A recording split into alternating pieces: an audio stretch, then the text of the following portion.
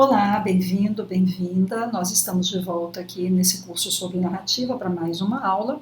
Eu gostaria de lembrar um pouquinho o que fizemos na aula passada. Eu dei a vocês alguns elementos para caracterizar e para conceituar o nosso objeto de estudo, que é o texto narrativo.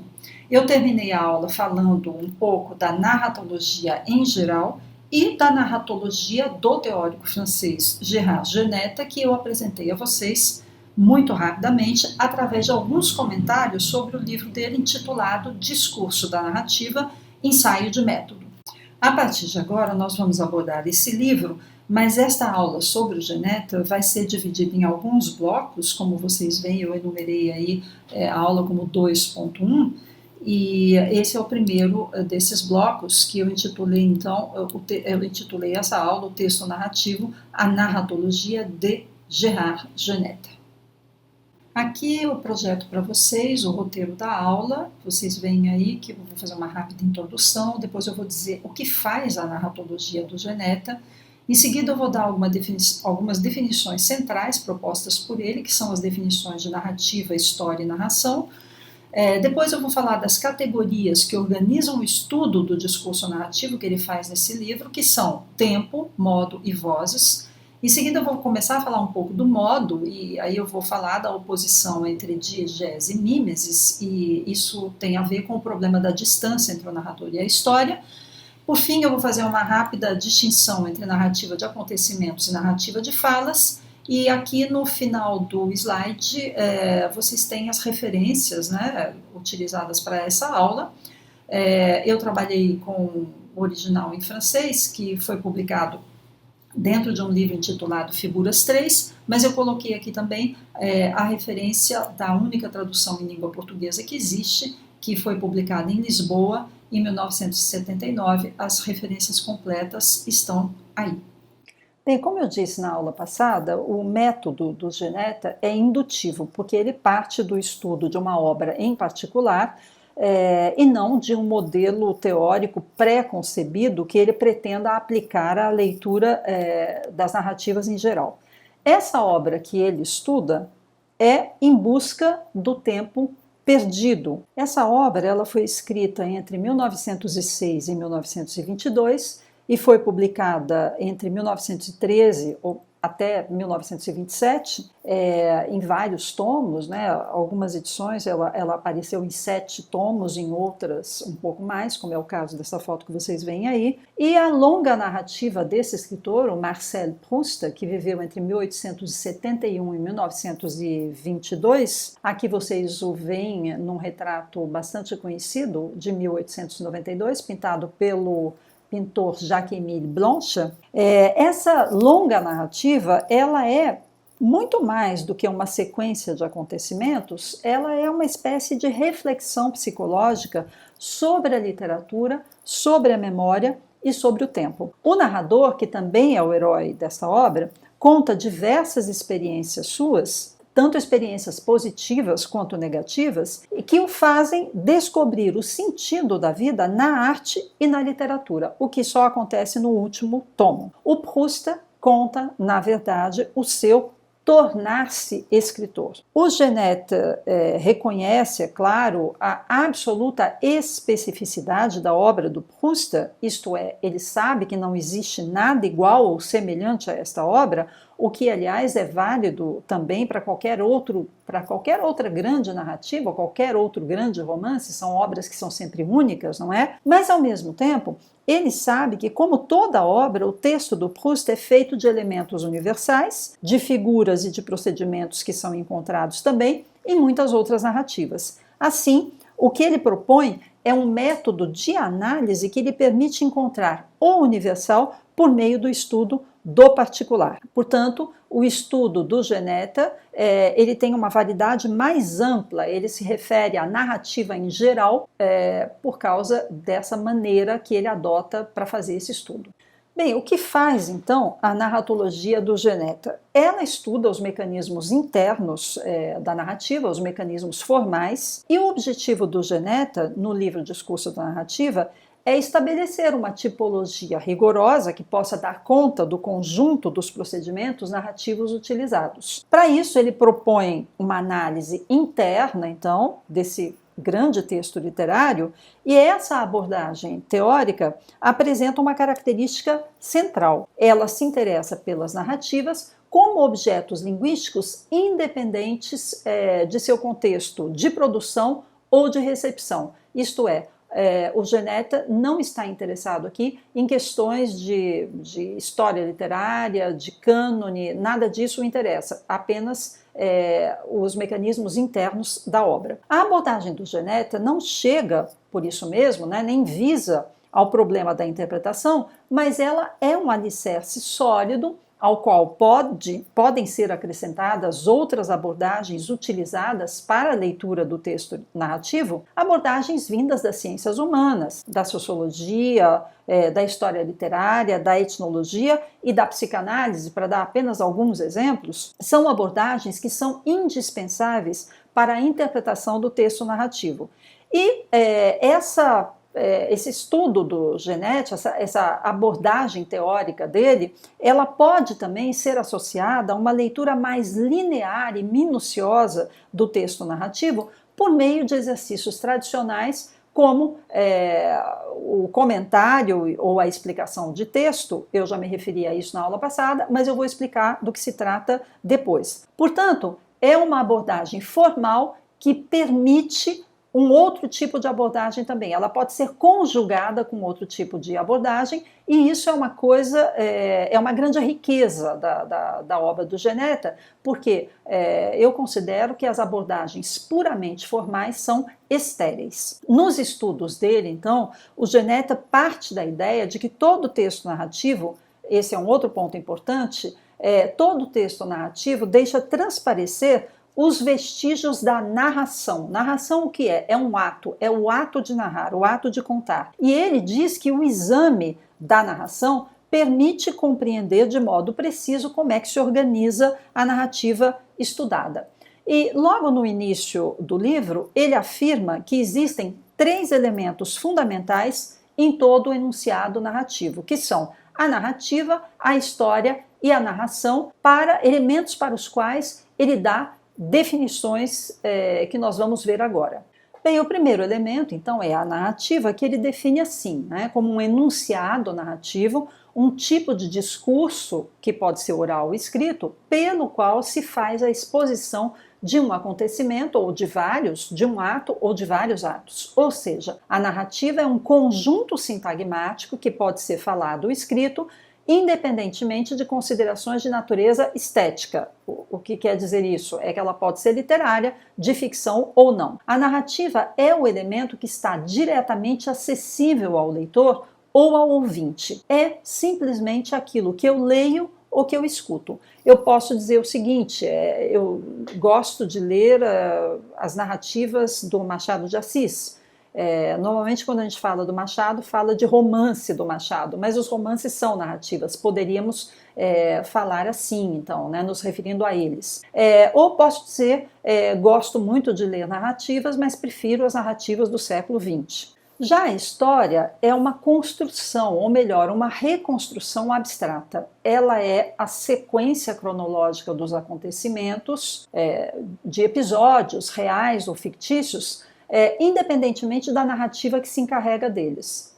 A história é algo que normalmente, quando a gente lê um romance, um conto, é algo que normalmente a gente pode resumir. Então, um exemplo, a história da Revolução Francesa. O que é essa história, É uma sequência de acontecimentos, nós podemos estabelecer aí um recorte temporal, para a duração desta ação, Então seria uma sequência de acontecimentos, podemos dizer que acontecimentos que vão desde a queda da Bastilha em 1789 até a sagração de Napoleão como imperador em 1804. Essa história ela pode suscitar diversas narrativas diferentes. Por exemplo, a gente pode imaginar uma narrativa feita ou 3 narrativas, feitas por 3 testemunhas oculares diferentes dos acontecimentos. Uma delas, imaginemos, um aristocrata, outra, um revolucionário e outra, um burguês rico. Com certeza nós vamos ter aí 3 histórias muito diferentes que, por sua vez, também serão muito diferentes da narrativa feita por um historiador, porque o historiador também narra fatos. Ou seja, uma mesma história pode corresponder a diversas narrativas. E esse exemplo que eu dei não é de uma narrativa de ficção, mas no universo da ficção, as possibilidades de o narrador construir de modo diverso uma narrativa também são teoricamente muito numerosas. Por fim, nós temos a narração, que é um ato. É o ato do narrador que conta os diversos acontecimentos, ou uma sucessão de acontecimentos.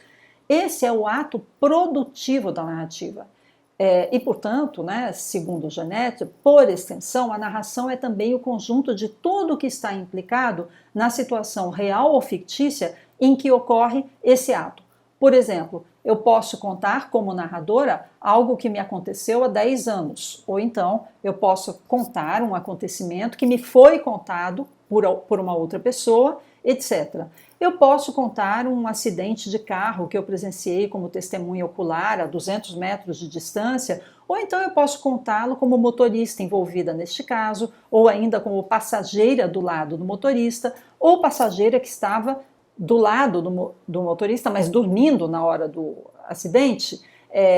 São maneiras diferentes de narrar, de produzir esse ato. E são aqui esses exemplos que eu dei a vocês, simples, muito simples, mas que dizem respeito à situação em que se encontra o narrador no momento em que ele realiza esse ato específico, que é o ato de narrar, de contar. Bem, essas distinções feitas pelo Gerard Genette entre história, narração e narrativa são muito importantes e elas se tornaram canônicas nos estudos da narrativa. Portanto, é sempre bom ter em mente as diferenças entre esses três elementos que sempre se encontram em qualquer narrativa. E por trás dessas distinções entre narrativa, história e narração, a gente percebe uma dupla intenção do Genette. Por um lado, ele quer descrever as diferentes maneiras pelas quais uma narrativa pode dar forma a uma história.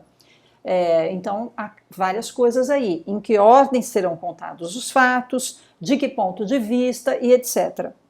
E por um outro lado, ele pretende examinar ou compreender as diferentes maneiras pelas quais uma narrativa pode representar o ato que a produz. Esse ato é a narração, como eu já disse. Como aparece o ato de narração nesta ou naquela narrativa? Esse ato é muito aparente? Esse ato é menos aparente? Esse ato não é nada aparente? E etc. Porém, o objeto central de estudo do livro é o primeiro elemento definido, agora mesmo, é a narrativa, que ele também chama frequentemente de discurso narrativo. O Genette explica que, dos três elementos que ele define, o único que se presta de fato à análise textual é o discurso narrativo, e especialmente, é claro, o discurso narrativo de ficção, o discurso narrativo literário, porque é isso que o interessa aqui. Aliás, como diz o Genette, os outros dois elementos, a história e a narração, só existem para nós, leitores, por intermédio da narrativa. Por outro lado, o discurso narrativo só pode existir se ele contar uma história. Se ele não contar uma história, não existe narrativa. Por isso, conclui o Genette na introdução do livro, a análise do discurso narrativo proposta por ele será o estudo das relações entre narrativa e história e entre narrativa e narração. São palavras dele que eu cito aqui. Na introdução de seu livro, o Genette explica como é que ele vai formular os problemas da análise do discurso narrativo nesse estudo que ele faz. Ele explica que ele organiza a reflexão dele em torno de três categorias. Essas categorias são o tempo, que trata das relações temporais entre narrativa e história, o modo, que aborda relações que dizem respeito às modalidades que têm formas e graus da representação narrativa, e as vozes, que diz respeito à maneira, né, como se encontra implicada na narrativa a narração. Aqui o Genette estuda todas as questões que dizem respeito ao que ele chama de instância narrativa e, sobretudo, o que diz respeito ao narrador e ao seu destinatário, sobre aspectos sobre os quais eu vou falar num outro momento. O tempo e o modo, portanto, tratam das relações entre história e narrativa, e as vozes tratam das relações entre narração e narrativa e entre narração e história.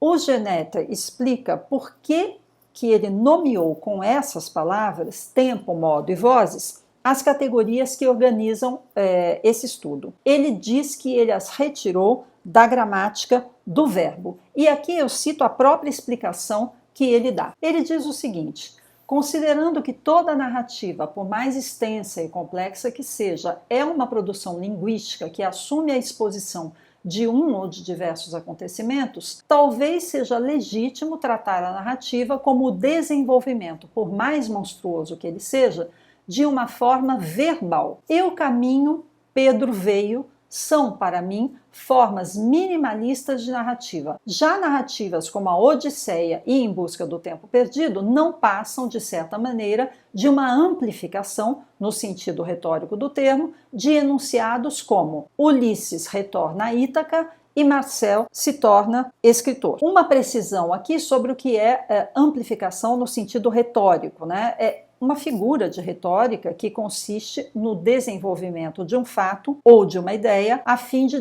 destacar suas particularidades. É um recurso, né, que é estudado, aliás, pelos retóricos antigos desde o Aristóteles. É essa reflexão, então, que autoriza o Geneta a formular os problemas da análise do discurso narrativo de acordo com essas categorias tomadas de empréstimo à gramática do verbo. Então vocês se lembram, né, que pela definição da gramática que eu cito aqui, o verbo é a palavra que exprime um fato, ação, estado ou fenômeno, representado no tempo. Isso tem tudo a ver com o que é a narrativa. E, entre outras categorias, ele tem a de modo, a de tempo e a de vozes. Eu coloquei definições sucintas aí, de acordo com uma gramática de língua portuguesa, que é a gramática do português contemporâneo, do Celso Cunha. E então, assim, observem o tipo de enunciado minimalista que citou o Geneta agora mesmo. Ele disse: Ulisses retorna a Ítaca, e disse também: Marcel se torna escritor. Bom, o verbo é o elemento central nesses dois enunciados, porque essa é uma categoria gramatical que exprime ações e fatos. Sem verbo não pode existir narrativa. Talvez possa existir poesia, certamente pode, mas não narrativa. Além disso, o tempo verbal do enunciado minimalista, dos enunciados minimalistas que ele citou, o tempo é o presente do indicativo. Isso expressa a ideia de amplificação a que se referiu o Geneta na citação. No desenvolvimento da narrativa, será contada a história, na maioria das vezes com tempos verbais do passado, não obrigatoriamente, mas na maioria das vezes sim, até que se cumpra o conteúdo indicado no enunciado minimalista. Sobre a narrativa do Proust, eu já fiz um pequeno comentário anteriormente. Então já está, eu disse que ela, na verdade, é a narrativa do tornar-se escritor do Marcel Proust, né? Então já está explicado por que o Geneta resume com esse enunciado minimalista: Marcel se torna escritor. Quanto à Odisseia, é uma narrativa que começa em média res, no momento em que Ulisses, depois de várias peripécias que só serão detalhadas a posteriori, encontra-se cativo na ilha da ninfa Calipso, que quer se casar com ele, mas Ulisses quer voltar a Ítaca para reencontrar Penélope, sua mulher, e todos os deuses, aliás, são favoráveis ao seu retorno, menos um, o Poseidon, que isso complica muito as coisas. E é claro que não é o meu propósito resumir a Odisseia aqui, é uma epopeia repleta de peripécias e narra muitos acontecimentos, mas durante o tempo todo, e esse tempo em que duração é muito longo, Ulisses quer o quê? Voltar à sua terra natal, Ítaca, o que só vai acontecer depois de uma ausência que dura 17 anos. 10 anos ele passou lutando na Guerra de Troia e depois ele leva mais 7 anos para conseguir voltar para sua terra natal. Como diz o Geneta, o enunciado mínimo para tudo isso é o seguinte: Ulisses volta a Ítaca. Bem, agora eu vou falar sobre o modo e sobre a oposição entre diegese e mímesis, e esse é um problema que tem a ver com a distância entre o narrador e a história. O Geneta, ele nos mostra que o ato de escrever um texto narrativo implica em escolhas bastante técnicas que vão acarretar num certo resultado no aspecto final da narrativa. O texto narrativo apela, entre outras coisas, para efeitos de distância, a fim de criar um modo narrativo preciso que gera a regulação da informação narrativa fornecida ao leitor. O narrador ele pode dar menos ou mais informação ao leitor sobre o que ele está contando. Segundo o Geneta, existem duas maneiras tradicionais de contar. Uma delas é a diegese e a outra é a mímesis. E segundo ele, toda narrativa é obrigatoriamente diegese, na medida em que a narrativa não pode chegar àquela ilusão da mímesis, tornando de fato a história viva e real, como acontece na representação de uma peça teatral, por exemplo. Por isso, toda narrativa precisa de um narrador. Uma narrativa não se conta sozinha, como numa representação dramática. E por mais ocultado que esteja o narrador numa narrativa, nós sabemos que ele sempre existe. Por isso, uma narrativa não pode imitar de fato a realidade, porque por mais realista que ela seja, uma narrativa é um ato fictício de linguagem, um ato que provém dessa coisa que ele chama de instância narrativa, sobre a qual eu vou falar depois. Uma narrativa não representa, portanto, uma história. Aliás, mesmo que a história seja real, o que ela faz? Ela conta uma história. Aqui é necessária uma rápida explicação sobre essa oposição entre diegese e mímesis, e eu preciso dizer a vocês que, por diegese, a gente pode entender no interior da narrativa a narração por oposição à demonstração, isto é, por oposição à mímesis. Então, existe uma oposição entre diegese e mímesis, no sentido de imitação do real. Esta oposição é algo que o Geneta vai buscar lá atrás no Platão.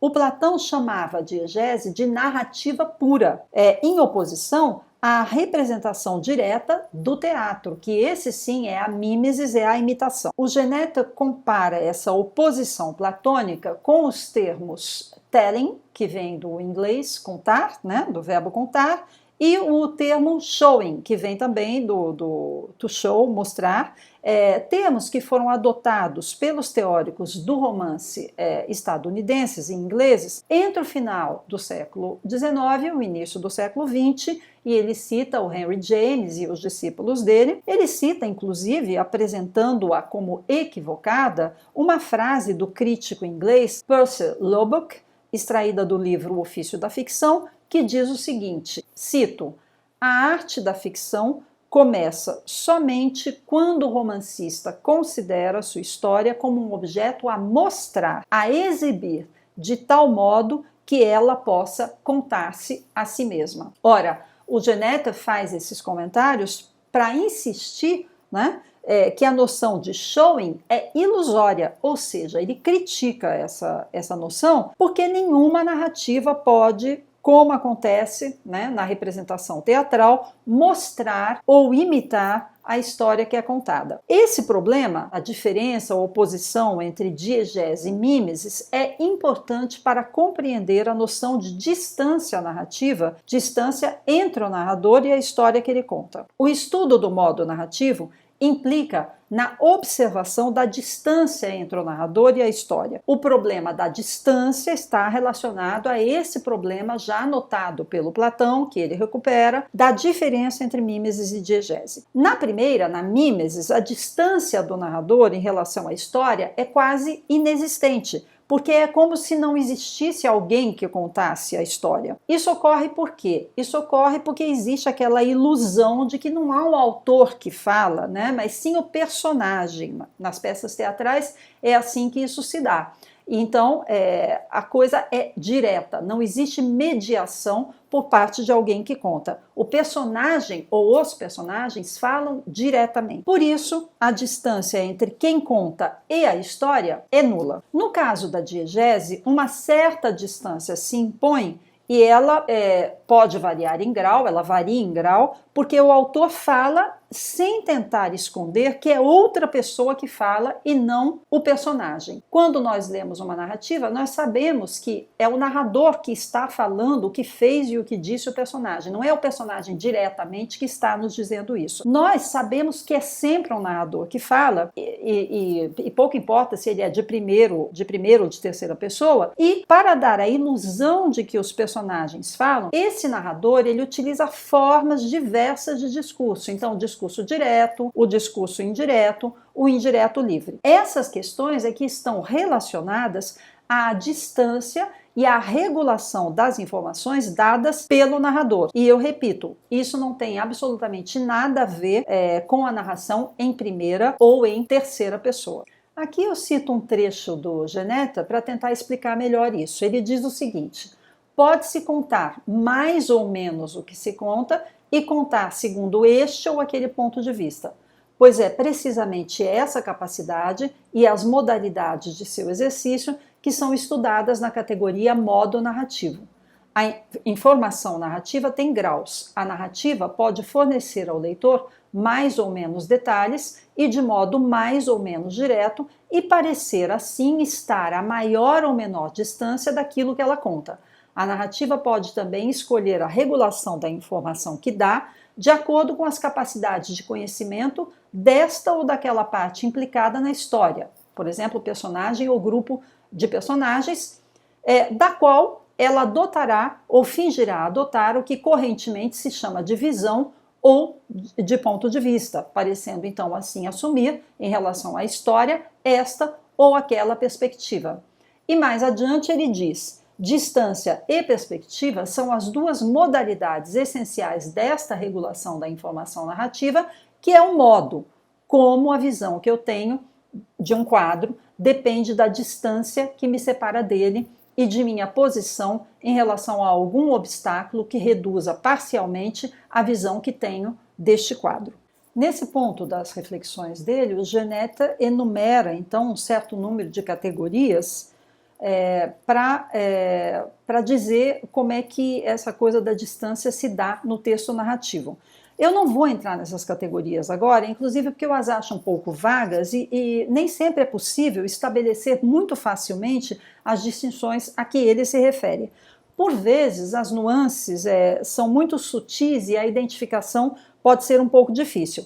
Mas o que me parece mais produtivo é trabalhar com as tradicionais classificações aqui de discurso direto, discurso indireto e discurso indireto livre, que são inclusive descritas há muito tempo, até mesmo nas boas gramáticas. Se vocês abrirem uma gramática da língua portuguesa, vocês vão ver essas categorias lá. O Genetta, inclusive, as utiliza também, e é a partir delas que ele dá essa enumeração em que eu não vou entrar aqui.